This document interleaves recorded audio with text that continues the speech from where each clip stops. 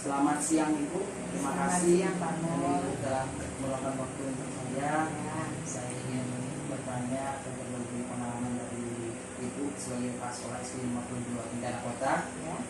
Di sini saya akan ada beberapa pertanyaan yang saya sampaikan kepada Ibu untuk memenuhi tugas guru penggerak ya tentang dilema etika dan rujukan moral. Ya.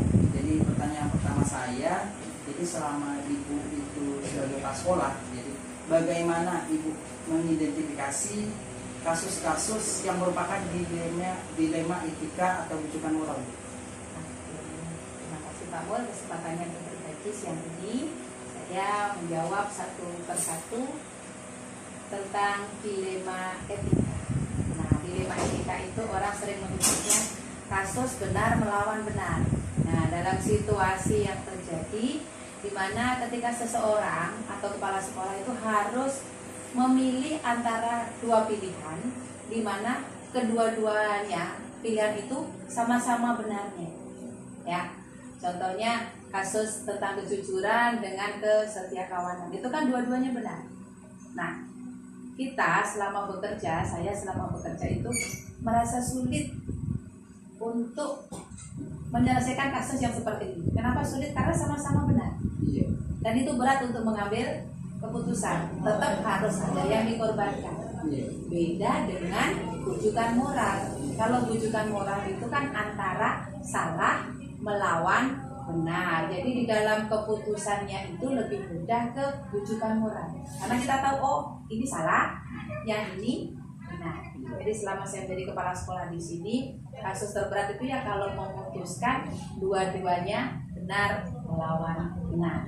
Itu ya dilema etika, makanya disebut sebagai dilema karena muncul masalah pasti. Kayak gitu Pak. Untuk pertanyaan selanjutnya Bu, Ya. bagaimana Ibu menjalankan pengambilan keputusan di sekolah, terutama tentang kasus-kasus di mana ada dua kepentingan yang sama-sama benar atau sama-sama mengandung nilai kewajiban? Seperti di awal tadi, kasus ini berat kalau kaitannya dengan dilema etika. Jadi saya secara pribadi sebelum mengambil keputusan hal seperti ini, saya kumpulkan dulu fakta-faktanya, kumpulkan dulu data-datanya, panggil dulu orang-orangnya yang mungkin dalam tanda petik ada masalah, kayak gitu. Jadi saya kumpulkan dulu data-datanya, fakta-faktanya, barulah saya berani ngambil keputusan. Karena itu tadi ada yang harus dikorbankan. Iya. Ada dua pilihan yang sama-sama benar. Iya. Kalau kita nggak punya data, kita nggak punya fakta, otomatis kita nggak bisa ngambil keputusan dengan benar. Itu merupakan langkah-langkah dari Iya, keputusan. betul. Ya. Jadi kumpulkan dulu fakta-faktanya, data-datanya, panggil orangnya yang dianggap tadi bermasalah. Kayak gitu. Kemudian Bu, hal-hal apa saja yang selama Ibu anggap efektif nih Ya. di dalam pembelajaran, di dalam pengambilan keputusan pada kasus-kasus dilema etika? Yang saya anggap paling efektif untuk menyelesaikan kasus-kasus dilema etika, saya minta bantuan guru senior. Nah, karena saya nggak bisa ngambil keputusan saat ini, saya minta bantuan guru senior, terutama yang sudah lama bertugas di sini, karena yang senior itu pasti menguasai medan yang ada di sini. Itu hal yang paling efektif dan memang terbukti efektif itu Pak. Iya. Ya, saya nggak bisa hanya manggil anaknya itu atau manggil orang tuanya seperti itu, nggak bisa. Tapi saya minta bantuan guru senior, itu efektif dan cepat mengatasi masalah. Kayak gitu. Kemudian adakah untuk seseorang atau faktor-faktor apa saja yang selama ini mempermudah atau membantu di dalam pengambilan keputusan di etika ini? Oh. Ada rekan guru senior yang membantu saya, ya kan, menyelesaikan kasus-kasus dilema etika. Ada tadi seperti di awal, ada bantuan guru senior. Nah, yang faktor-faktor yang mempermudah selama saya mengatasi hal-hal seperti itu adalah kejujuran. Kejujuran dari anak-anak atau kejujuran dari pihak-pihak yang kita anggap bermasalah itu mempermudah saya atau menjadi hal yang mengenakkan kita mengambil keputusan. Karena kalau mereka tidak mau jujur, tidak mau bercerita apa adanya itu susah. Seperti kasus yang Pak Mul sendiri tahu kemarin ada yang ribut dengan sekolah lain, Oh iya, Bu. ada anak kelas 4 yang tonjok-tonjokan. Kalau mereka tidak mau jujur, Cari bukti lah, Bu, ya. ya betul, Bukti. dicarikan, Menggali dari digali Jujur. masalahnya itu apa sih? Kenapa Oh, kamu iya. sampai seperti itu? Oh iya. Dia jujur. Mm-mm. Nanti dia melindungi kawannya tuh yang tadi seperti saya sebutkan, kejujuran dan kawanan. Dia jujur, tapi nanti kawanku kena. Iya. Ya, Dilema. dia mau melindungi kawannya, tapi akhirnya saya enggak jujur. Dia juga dilema, kita juga dilema. Makanya itulah yang saya suka di sini tuh, anak-anak itu mau jujur, mau bercerita Oh. apa adanya. Dan guru-guru pun sangat mendukung saya untuk mengambil keputusan, gitu Pak. Ini pertanyaan terakhir Ya. dari pertemuan kita ini. Nah, Pembelajaran apa, Bu, yang dapat kita petik dari pengalaman Ibu di mengatasi dilema etika? apa ya? Banyak sih pembelajaran yang saya dapat. Yang pertama, kita nggak usah menyimpan sendiri masalah itu, nggak usah. Oh iya.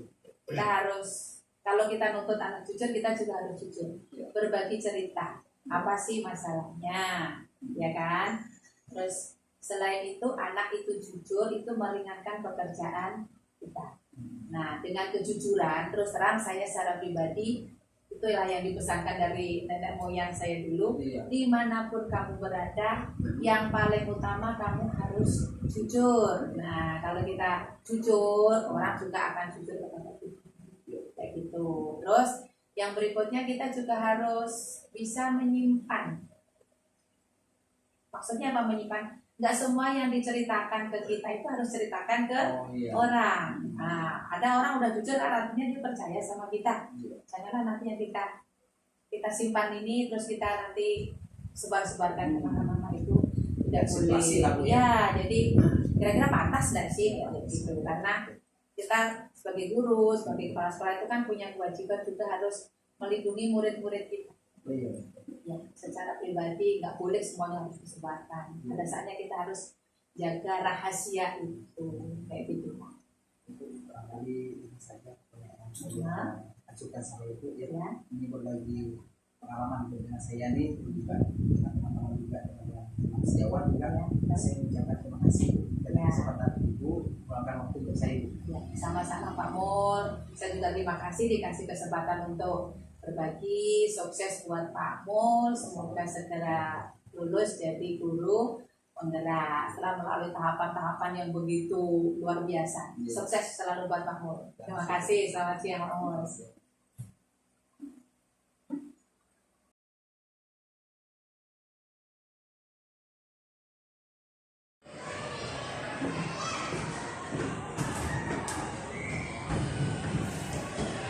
Selamat pagi suster. Mohon maaf waktunya saya ambil sedikit. Ini di sini ada beberapa pertanyaan yang saya ingin sampaikan kepada suster untuk memenuhi tugas tentang dilema etika dan didikan moral.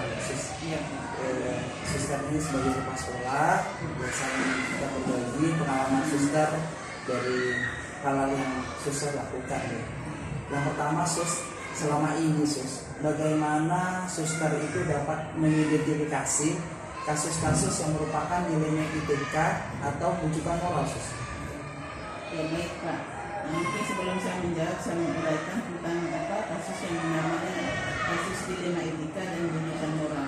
Kalau dilema etika itu kan kasusnya yang benar lawan benar, sedangkan rujukan moral itu kasusnya benar lawan salah. Nah, lalu kalau mengidentifikasikan di sekolah itu, saya melihat kasusnya dulu. Kalau kasusnya yang saya ungkapkan tadi itu benar lawan benar, berarti dilema etika. Sedangkan rujukan moral itu benar lawan salah. Itu saya mengidentifikasikan. Ya, tidak mengidentifikasi itu tergantung kasusnya. Iya, tergantung kasusnya. Jadi selama ini bagaimana suster itu menjalankan pengambilan keputusan di sekolah suster sendiri, terutama kasus-kasus yang dimana ada dua kepentingan, yang sama-sama benar atau sama-sama yang mengandung nilai kebajikan, sus? Kalau saya itu melihatnya seperti ini, misalnya sama-sama benar ya. Nah, tapi saya melihat mana yang lebih apa ya, lebih benar dari kasus itu, lalu saya memutuskan untuk apa ya, saling menguntungkan, tidak saling merugikan satu sama lain. Kita kan sama-sama enak dalam keputusan itu sudah. Nah, dalam menjalankan itu pekerjaan itu lebih enak ringan seperti itu yang saya lakukan. Kemudian langkah-langkah apa prosedur seperti apa yang biasa ibu suster itu lakukan selama ini? Langkah-langkahnya dia tergantung kasus, misalnya kalau kasusnya urgen, nah itu saya cepat berkomunikasikan. Kita di sini kan ada satu lembaga, ada sejawat kita kumpulkan, kita bahas bersama.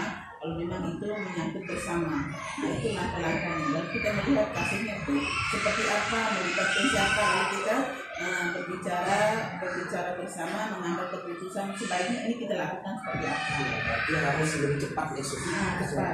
Dan komunikasi juga. Komunikasi. Basis hal-hal yang apa saja selama ini Anda anggap efektif dalam pengambilan keputusan pada kasus-kasus dilema etika. Kalau yang paling efektif itu seperti tadi yang sudah saya bilang, dan itu kan kalau efektif itu kan cepat menangani kasus tersebutnya, cepat menangani. Karena kan kalau kita lambat menangani kan akan terjadi mungkin masalahnya lebih melebar seperti itu. Kalau kita cepat menangani masalahnya kan cepat teratasi. Supaya pekerjaan kita pun berjalan dengan baik. Kemudian adakah seseorang ataupun faktor-faktor yang selama ini mempermudah atau membantu suster dalam menangani kasus dilema etika khususnya? Kalau dalam hal itu sih pasti ada ya. Nah, karena kan kita dalam lembaga di situ kan ada rekan sejawat, kita membahas bersama dulu. Nah, dilihat dari kasusnya dulu, kalau kasusnya bisa ditangani di dalam lembaga itu sendiri, kita menangani bersama rekan sejawat. Tapi kalau kasusnya sudah besar, kita bawa ke yayasan. Kita kan punya atasan di yayasan. Kemudian ini pertanyaan terakhir, harus dari semua hal yang kayak suster sampaikan tadi, pembelajaran apa yang bisa kita ambil khusus yang dapat kita petik dari pengalaman suster dalam pengambilan keputusan tentang dilema etika? Kalau pengalaman saya sih dengan menangani kasus-kasus tersebut, saya merasa lebih bijaksana di dalam menangani kasus-kasus yang ada. Dan juga tahu caranya, kalau kasusnya begini cara menangani seperti ini. Dan pada kasus itu kan pasti ada solusinya dari kita menangani kasus, sehingga itulah pengalaman pembelajaran untuk saya itu semakin bijaksana. Jadi ketika kasus ini diselesaikan seperti ini, karena dari pengalaman sebelumnya ya sus. Iya, dari pengalaman. Barangkali itu saja sus pertanyaan dari saya. Barangkali ini untuk masukan buat saya sebagai pemerintah. Mudah-mudahan kita semakin lebih baik ya. Dan saya ucapkan terima kasih sus. Ya, saya juga terima kasih karena sudah mempercayakan dengan saya untuk bisa berbincang-bincang ini. Semoga kegiatan Pak Nur untuk penggerak semakin sukses ya. Terima kasih.